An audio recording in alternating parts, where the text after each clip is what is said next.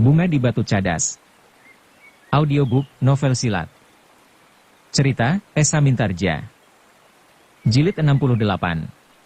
Betapapun terasa suasana yang ganjil di hati anak-anak muda Jati Aking itu, namun mereka pun tidak berbuat sesuatu, karena mereka memang tidak dapat menunjukkan penyelesaian yang lebih baik, seperti juga Ki Dipanala. Karena itu, maka mereka pun segera berkemas. Sejenak kemudian mereka telah berada di halaman dengan kuda masing-masing. Sementara itu, Buntal dan Juwiring telah melepaskan semua kuda dari ikatannya. Sejenak kemudian, Juwiring dan Buntal pun telah menghentakkan cambuk mereka. Kuda-kuda itu pun terkejut dan berlarian keluar halaman. Apalagi karena Buntal dan Juwiring berusaha untuk menyentuh kuda-kuda itu dengan ujung cambuknya sehingga kuda-kuda itu berlari lebih cepat lagi menjauhi padepokan Jati Aking. Demikian kuda-kuda itu hilang dari halaman, maka Kiai Danatirta dan Ki Dipanala serta ketiga anak-anak muda itu pun meloncat naik ke punggung kuda masing-masing. Ketika kuda mereka mulai bergerak, maka Kiai Danatirta masih berkata, "Selamat tinggal. Jagalah kawan-kawanmu yang terluka dengan baik, sebentar lagi akan datang orang-orang Surakarta yang akan membawa tabib yang pala baik yang akan dapat mengobati luka-luka itu dengan lebih sempurna. Salamku bagi saudara-saudara kita dari Surakarta. Mudah-mudahan mereka cepat menyadari keadaan tanah ini yang sebenarnya sehingga mereka tidak akan tersesat semakin jauh. Jika mungkin kalian pun dapat merenungi diri kalian, apakah juga termasuk kalian sendiri?" Para prajurit itu tidak menjawab. Mereka memandangi saja orang-orang yang meninggalkan padepokan itu. Namun dalam pada itu, salah seorang dari para prajurit itu bergumam, mereka adalah orang-orang gila yang sombong. Mereka mengira bahwa dengan membiarkan kita tetap hidup, mereka dapat disebut sebagai pahlawan kemanusiaan. Tetapi pada suatu saat, jika kita bertemu lagi dengan mereka, maka mereka akan menyesal. Kawan-kawannya memandanginya dengan sorot mata yang aneh. Orang tertua di antara mereka berkata, "Kau selalu mengumpat-umpat saja. Kita sudah tidak berhak untuk menentukan apapun juga. Jika mereka menghalau kuda-kuda itu adalah hak mereka. Kau tidak dapat menyatakan keberatan sama sekali." "Kalian tidak membantu aku," desis prajurit itu. "Kau yang keliru. Untunglah ada orang-orang tua yang dapat menguasai anak-anak muda itu. Jika tidak, kita semua sudah menjadi mayat dan terkapar di tengah sawah itu," jawab kawannya. "Itu lebih baik bagiku," jawab prajurit itu. "Kau keras kepala," jawab orang tertua, "tetapi kenapa tidak kau lakukan? Ketika kami menyerah, kau ikut pula menyerah. Kenapa kau tidak ingin disebut sebagai pahlawan pula, yang gugur di medan pertempuran melawan para pemberontak?" Orang itu menggeretakkan giginya. Katanya, "Kalian terlalu lemah sehingga kalian dapat dipermainkan oleh orang-orang padepokan itu. Meskipun kita sudah menyerah, tetapi jika kita bersikap agak keras, mereka tentu akan mendengarkan. Bagaimana jika yang terjadi sebaliknya?"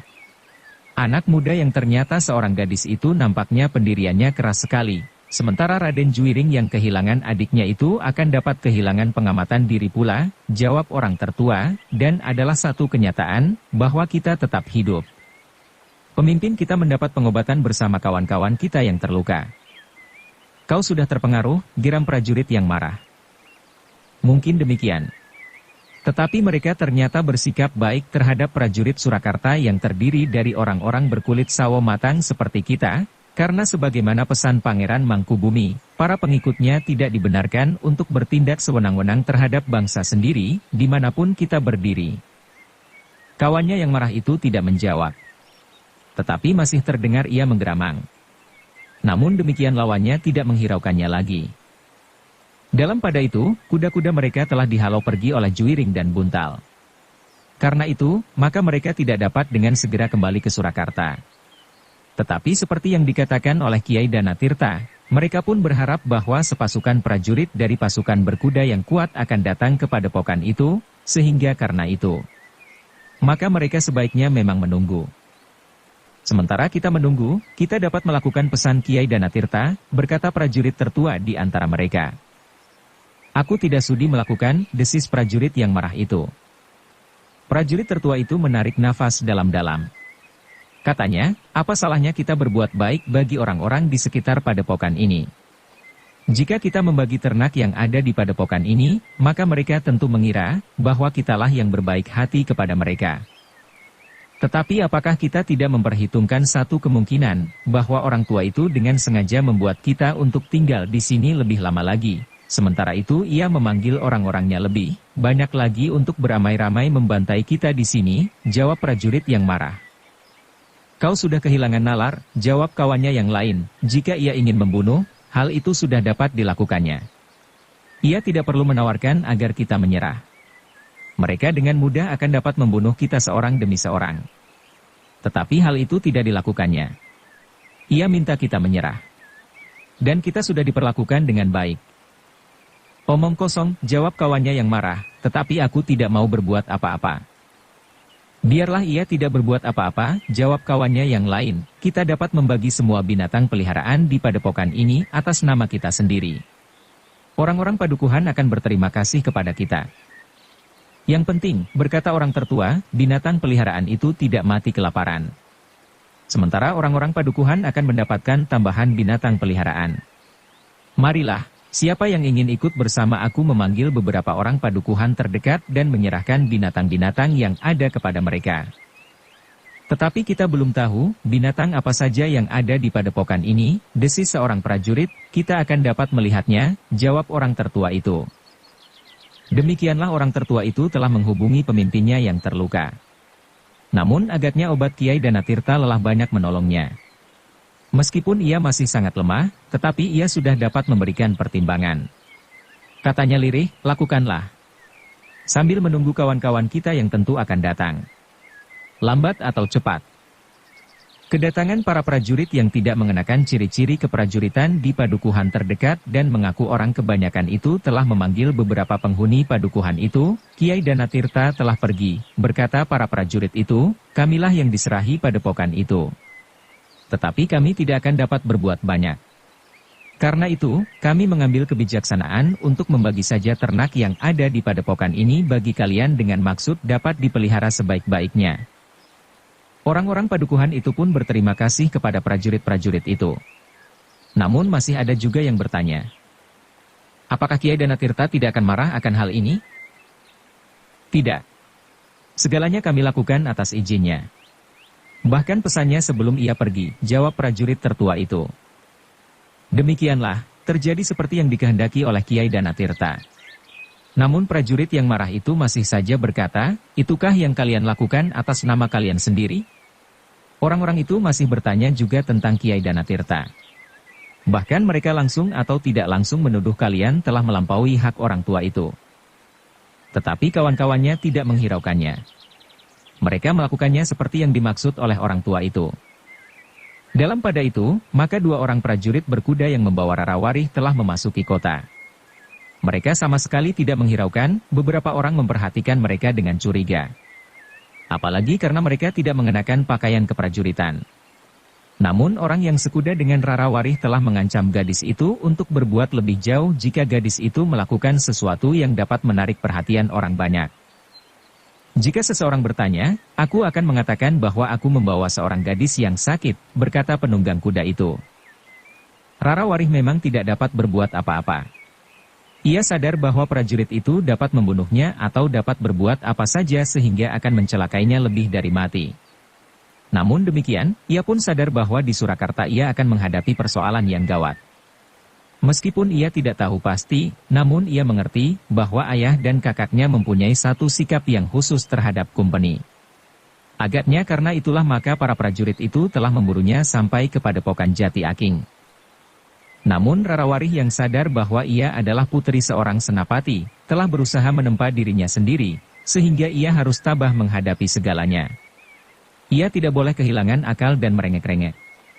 Tetapi pada suatu saat ia harus menunjukkan sikap sebagaimana sikap seorang putri senapati besar dari Surakarta.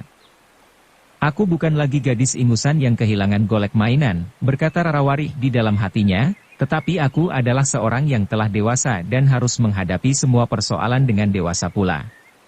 Termasuk menghadapi kematian. Rarawari sama sekali tidak berbuat apapun juga. Karena itu, maka prajurit-prajurit itu pun tidak berbuat lebih kasar lagi kepadanya. Meskipun demikian ketika kedua orang prajurit itu berkuda di jalan-jalan kota, beberapa orang telah memandang mereka dengan penuh pertanyaan. "Gadis apakah yang telah dibawa oleh kedua orang itu?" desis salah seorang di antara mereka. Namun ketika seseorang meludah di pinggir jalan ketika mereka melihat seorang gadis berkuda bersama seorang laki-laki, maka prajurit yang berkuda bersama Rarawarih itu berteriak, "Adikku sedang sakit parah. Ia harus dibawa ke seorang dukun yang pandai." Oh, orang yang meludah itu pun berteriak, "Maaf, aku tidak tahu." Demikianlah kedua orang prajurit itu telah membawa Rarawarih ke baraknya, ke barak pasukan berkuda. Kedatangan mereka benar-benar telah mengejutkan beberapa orang. Gadis itu sangat cantik, sehingga beberapa orang telah mengerumuninya dengan serta-merta. Namun kedua prajurit yang membawanya itu telah memberikan keterangan singkat, sehingga dengan demikian kawan-kawannya segera beringsut meninggalkannya. "Gadis ini putri Pangeran Ranakusuma. Kami berhasil menangkapnya di Padepokan Jati Aking." Hanya beberapa orang sajalah yang kemudian berdiri di sebelah-menyebelah kedua orang prajurit yang datang dari Jati Aking itu. Salah seorang perwira muda bertanya, "Kau memang luar biasa. Kau telah berhasil melakukan satu tugas yang besar. Sebaiknya gadis itu kau hadapkan kepada Panglima pasukan berkuda." "Ya," jawab kedua prajurit itu, "aku memang akan menyerahkannya. Mungkin para pemimpin pasukan berkuda akan dapat mengambil satu sikap tertentu." Perwira muda itu memandang Rarawarih sejenak, namun perwira itu menjadi heran dan kemudian kagum pada wajah gadis itu. Sama sekali tidak terlintas perasaan cemas dan takut. Gadis itu berdiri tegak dengan sorot mata yang tajam memandangi setiap orang yang berada di sekitarnya. "Marilah putri," berkata prajurit berkuda itu, "kita akan menghadap para pemimpin pasukan berkuda." Rarawarih tidak menjawab. Tetapi ia melangkah dengan langkah tetap mengikuti prajurit berkuda yang membawanya dari Jati Aking, sementara seorang yang lain berjalan di belakangnya. Beberapa orang pimpinan tertinggi pasukan berkuda yang kemudian diberitahu bahwa dua orang prajurit akan menghadap dengan membawa putri Pangeran Ranakusuma, telah memerintahkan memanggil mereka dan membawa putri itu bersama mereka. Seperti saat-saat kemudian Rarawarih memasuki ruang para pemimpin pasukan berkuda dengan wajah tengadah. Bahkan ternyata di antara mereka telah dikenalnya sebagai kawan dekat kakandanya, Raden Juwiring. "Marilah diajeng," seorang perwira muda mempersilahkan. Rarawarih memandang perwira muda itu yang ternyata juga seorang kawan Raden Juwiring. Rarawarih termangu-mangu sejenak. Namun ia pun kemudian duduk di sebuah tempat duduk kayu yang dialasi dengan kain beludru berwarna ungu. Seperti kain beludru yang banyak terdapat di istana Pangeran Ranakusuma. "Di Ajeng," berkata perwira muda itu, "Adimas Juwiring sempat membuat kami semuanya menjadi kacau di medan perang." Rarawarih sama sekali tidak menjawab. Tetapi ia tidak menundukkan kepalanya. Adalah satu hal yang barangkali baik bagi Di Ajeng sendiri, bahwa dua orang prajurit telah membawa Di Ajeng kemari, berkata perwira muda itu. Dengan demikian Di Ajeng dapat diselamatkan dari segala macam noda perjuangan yang ada di Surakarta dalam menegakkan wibawa Kanjeng Susuhunan. Rarawarih masih tetap diam. Sementara itu, perwira yang lain telah membawa dua orang prajurit yang berhasil menangkap Rarawarih itu ke sebuah bilik yang lain. "Bagaimana caramu menangkap gadis itu?" bertanya seorang perwira pimpinan pasukan berkuda. Kedua prajurit itu pun menceritakan apa yang telah terjadi. Tetapi ternyata bahwa kedua prajurit itu belum tahu bahwa Raden Juwiring telah datang ke Padepokan Jati Aking. "Kami tidak menunggu pertempuran di Padepokan itu selesai. Kami melihat orang-orang tua yang bertempur melawan kawan-kawan kami sudah tidak berdaya. Karena itu, agar segalanya dapat berlangsung dengan sebaik-baiknya, maka kami berdua telah mendahului kawan-kawan kami." "Tetapi kawan-kawan kalian itu belum datang," desis perwira itu. "Ya. Tetapi tidak lama lagi mereka akan datang. Kiai Danatirta dan Ki Dipanala tidak akan dapat bertahan lama. Mereka sudah bertempur sambil berlari-lari ketika aku meninggalkan Padepokan," jawab salah seorang dari kedua prajurit itu. "Yang kalian lakukan ternyata memberikan kemungkinan yang baik untuk menangkap Raden Juwiring. Panglima dari pasukan berkuda tentu akan berterima kasih kepadamu. Bahkan mungkin panglima besar yang diangkat khusus untuk menghadapi Pangeran Mangkubumi, Pangeran Yudakusuma akan memberikan perhatian khusus kepadamu." Meskipun Pangeran Yudakusuma terluka cukup gawat karena senjata Pangeran Ranakusuma yang memiliki kekuatan khusus itu, namun ternyata seorang tabib berhasil mengobatinya dan menyelamatkan jiwanya. Mungkin Pangeran Yudakusuma dalam waktu dekat akan bertindak lebih jauh lagi bersama Kumpeni yang mendendam Pangeran Mangkubumi karena kekalahannya. Dan kau tahu, bahwa sebab terbesar dari kekalahan itu adalah justru pengkhianatan Pangeran Ranakusuma dan puteranya, Raden Juwiring. Prajurit itu mengangguk-angguk. Namun terasa kebanggaan mekar di hatinya. Tinggalkan Rarawari. Kami akan memanggilmu dalam keadaan yang khusus. Kami para perwira pimpinan pasukan berkuda mengucapkan selamat atas hasil yang kau peroleh. Dengan Rarawari sebagai umpan, maka tidak akan terlalu sulit untuk menangkap Raden Juwiring. Ia saat ini termasuk buruan yang penting bagi Surakarta dan Kumpeni. Kedua prajurit yang berbangga itu mengangguk-angguk.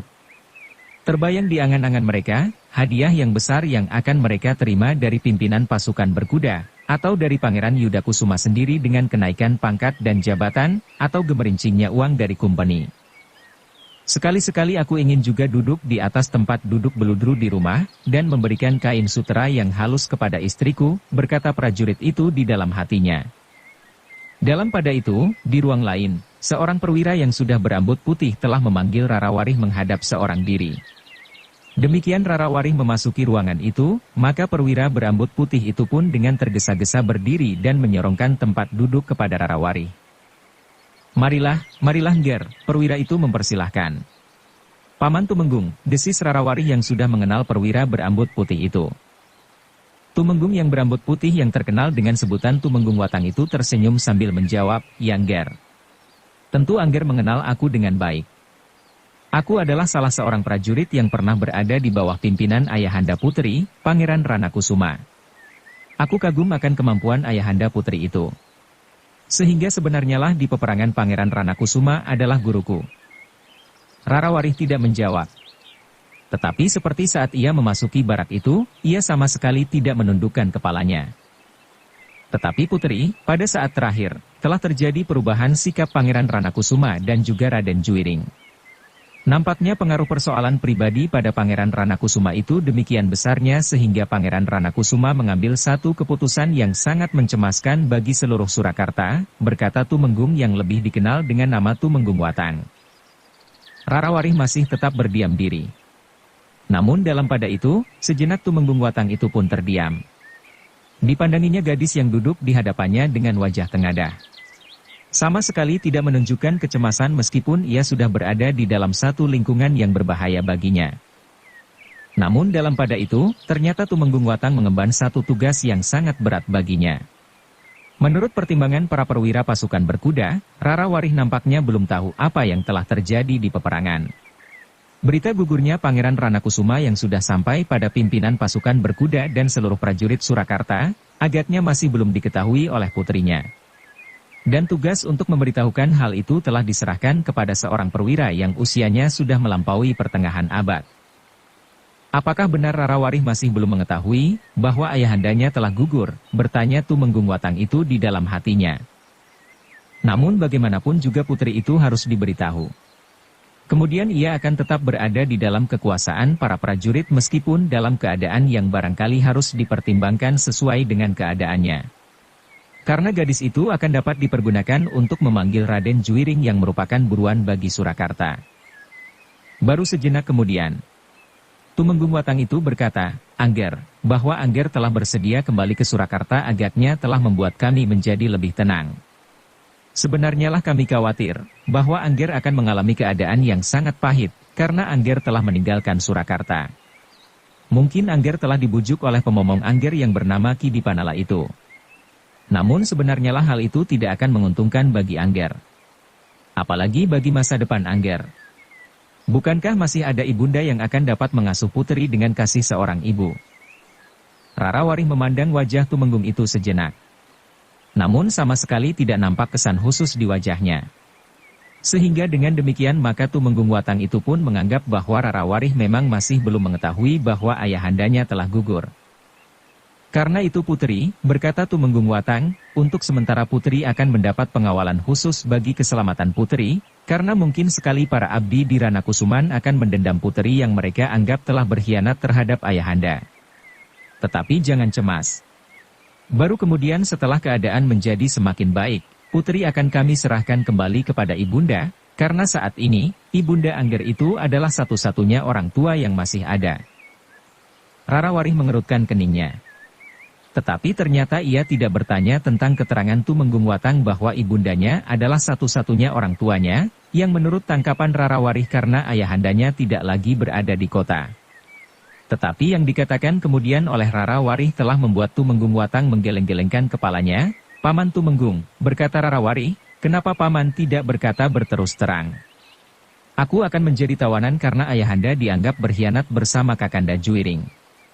Mungkin aku akan dapat dipergunakan untuk memancing dan kemudian menangkap ayahanda dan Kakanda Juiring.